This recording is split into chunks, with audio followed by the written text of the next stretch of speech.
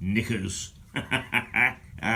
Well, actually, it's not knickers. It's just an Aberdeen Angus, I guess, or a longhorn bullock, cow, heifer, whatever you want to call them.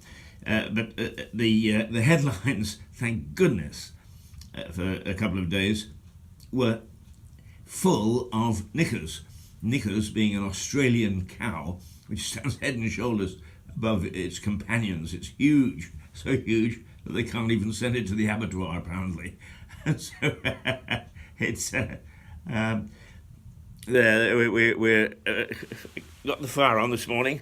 Just before we go any further about knickers, because the headlines around the world were absolutely. There we go. I'm just going to hang on. It says we got a communications error there, but when that's happened before, it doesn't seem to interfere. But hopefully, we're still going out live.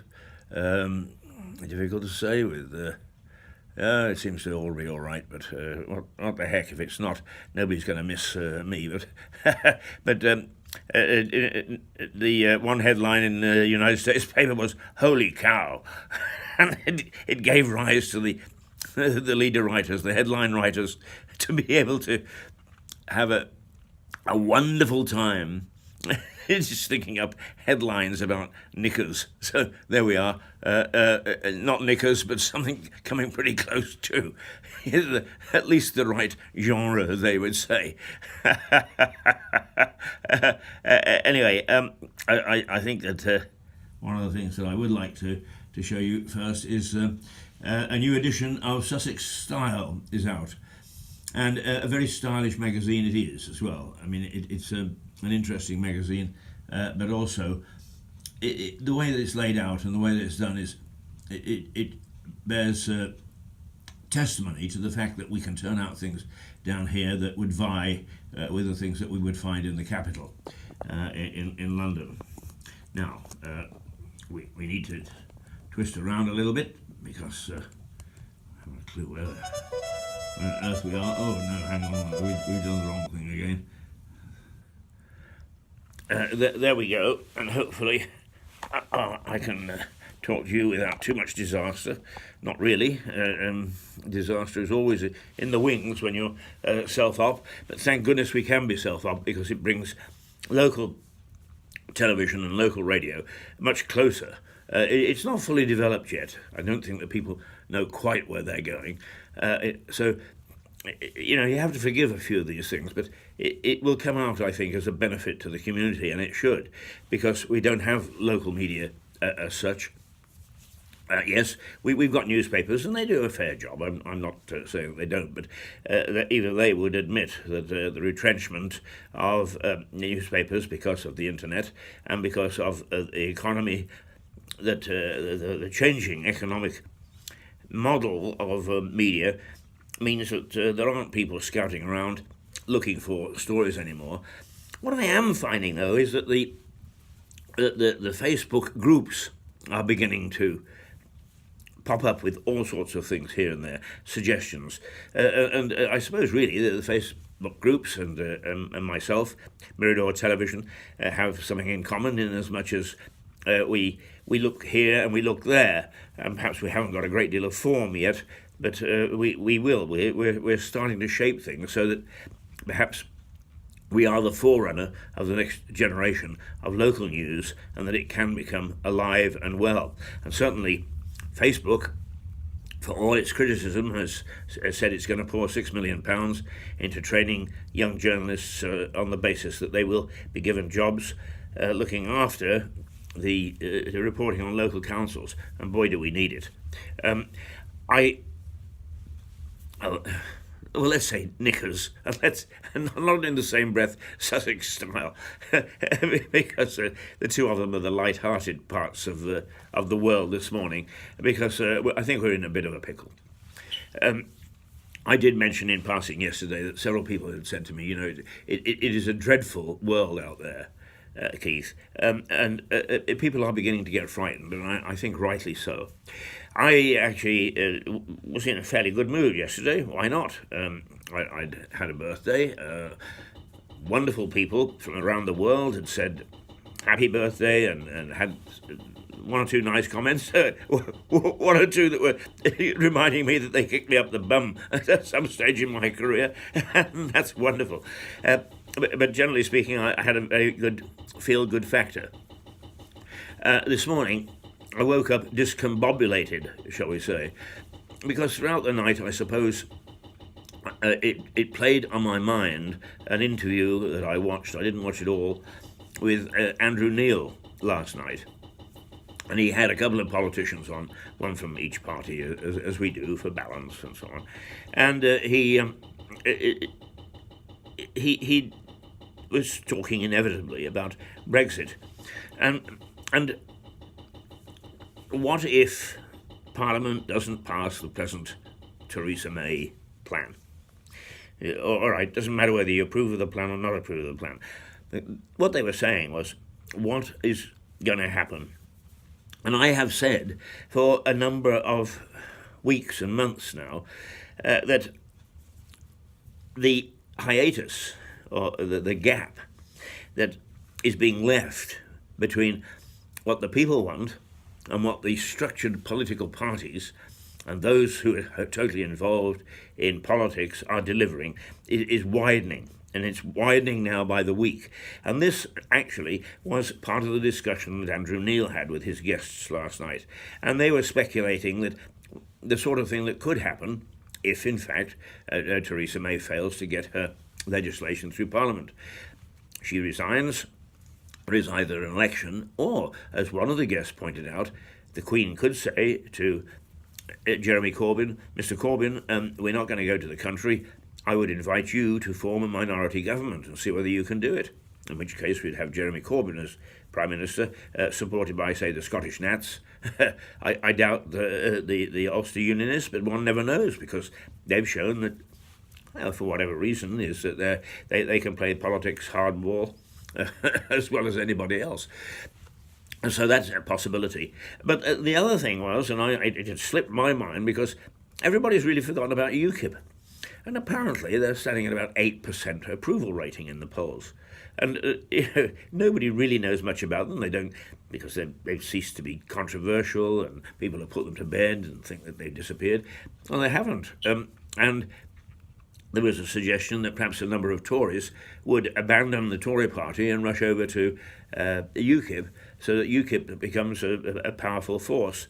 Now, all these things are speculation. But what it does show is that our political situation is in a mess in this country. But in the United States, the answer to a mess there, which it was Donald Trump. In Canada, it was Justin Trudeau. We're now seeing reactions in Italy and Spain. And we're likely to see some in the northern European countries, where the right wing is beginning to take over again. I don't care whether it's right wing or left wing; it's authoritarian regimes. Those that don't really believe much in democracy. Angela Merkel is under threat. Macron, as I said yesterday, his popularity rating is at the lowest it's been since he became president. So we've got a huge gap in what the politicians deliver and what the public are expecting, and we are fighting back. The trouble is that because of the various issues, whether it's Brexit or whether it's Russian jets firing on the Syrians and possibly triggering World War III, and believe me, there are some serious commentators now who are asking the question, could we have World War III? Because Mr. Trump, Mr. Putin, and the North Korean leader, whose name I'm not even going to try and mention this morning without it being in front of me, are pretty hardball characters, and backing down isn't in their vocabulary. So the gap that is left between what we want, what the old established parties want or were prepared to give, and what is actuality is a very dangerous thing, and it really leaves a great gap in what we understand to be rule of law and civilized way of behaviour. All right, what's that got to do with East Sussex, you may ask? Well, I keep on saying that what happens internationally quite often can happen locally, or at least regionally. We've got East Sussex County Council talking about cutting bus passes and so on and so forth, but it goes far deeper than that. They haven't been able to manage their own economy. They've misspent, and where that money has gone to, people are guessing mostly, and the good people down at Lewis Eye, who do some pretty damn good investigative reporting, in my view, is they've suggested that a lot of the money has gone on roads unnecessarily, and that may be true. I haven't looked at the budget carefully, but I think what I do is I don't have the resources to go and look at absolutely everything carefully. What I do is I try to flag up things that we should be asking questions about. Lewis District Council is in a total and utter mess. Every time I talk to somebody and I say, I'm feeling quite guilty because I have a go at Lewis District Council, and I say, good for you, because the experience after experience after experience shows that it's not delivering. So we've got mass confusion locally. And what's that happening? I spoke to a copper about 6 months ago, and he said, the big problem with Lewis, the reason that you go down to the police station, you pick up a phone and say, can I speak to somebody, is because Lewis is declared, or this area is declared, as a very low crime area. So what happens is we move the police off somewhere else. Now, slowly, I see that thugs broke windows the other day of an Indian restaurant near to the cliff, on the edge of cliff, and that people have been hit over the head. The fights have broken out. That we've had a stabbing and a couple of near murders or manslaughter attempts. In other words, you can see the breakdown of law and order even locally, and that's reflected in a national issue where London really is the Wild West. You're not quite sure whether you climb onto the underground and somebody's not going to just doesn't like the look of your face, and they'll have a go at you. The whole system is just creaking at the seams, and nobody seems to want to do about it. Well, what's the danger? Well, the danger, I think, is what Plato, the Greek philosopher, pointed out, is what he called the corruption of governments. That you start off with a king, and the king gets a bit out of hand, so you go down to the rule of a few, a council. That in turn starts to creak at the seams, so you go to an oligarchy, or a House of Lords if you like. And when that starts to creak, you go down to rule of the people, and you have democracy. And then when democracy goes wrong, you have anarchy. And anarchy, then, ultimately, the resolution is you go back to be a king. Not necessarily monarchy, it can be a dictatorship. And actually, I really do think that we are, as in democracy now, on the verge of anarchy. Councils are indulging. I really was quite disturbed that Lewis District Council should formally have a go at the bonfire societies. Right or wrong, I'm not a member of the bonfire societies. They put on a tremendous display. I sometimes think that they behave a bit like we own Lewis and nobody else can do anything. But that's only my opinion, and those people that belong perform a very useful function. They are very tight-knit communities, and they do a lot of good. But the suggestion that perhaps is that they're racist and sexist and all the other ists and isms that people can find to throw it around in our society is a bit disturbing, particularly if it comes from officialdom. What on earth is going on? So I'm sorry. I wish I could say knickers and have a good laugh all morning, but I really woke up. And obviously, because of what I watched on Andrew Neil's show last night, is in my sleep, I was disturbed about what's going on. And so I suppose what I'm saying this morning, if you're listening to me or watching me or whatever, is, isn't it time we started to think and started to think about getting rule of law? You know, it's all very well, but patronage has taken over in this country. We actually, people get jobs because they know somebody. And I'm a meritocrat. I believe that we should have the very best at the top, and we don't. No, we don't. Merit has very little to do with the way that we appoint people today. The trouble is that the argument goes is that, oh, well, these people are so good that what they need is these huge salaries. Well, A, they don't. But B, I don't think they're deserving of them. And that is a headline every day. People getting bonuses and so on and so forth. Nothing wrong with bonuses if you're delivering. But there are so many people who fail. And in failing, they are then given a bonus for failure. Is why? Because they take the wrong people to lunch? I don't know. It is always... It is a stream of consciousness this morning, so if it doesn't join up, well, that's okay, because joined up thinking is something that's escaping almost everybody at the moment, and particularly governments.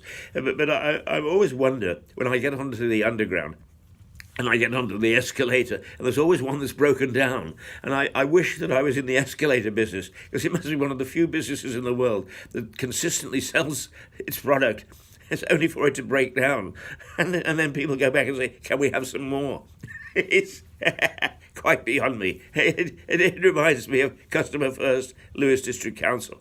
You know, there are all sorts of things that I would love to have talked about this morning, because I really am very concerned about a whole host of things, and I'm concerned just as a citizen. But the more that I talk to people, the more I find concern.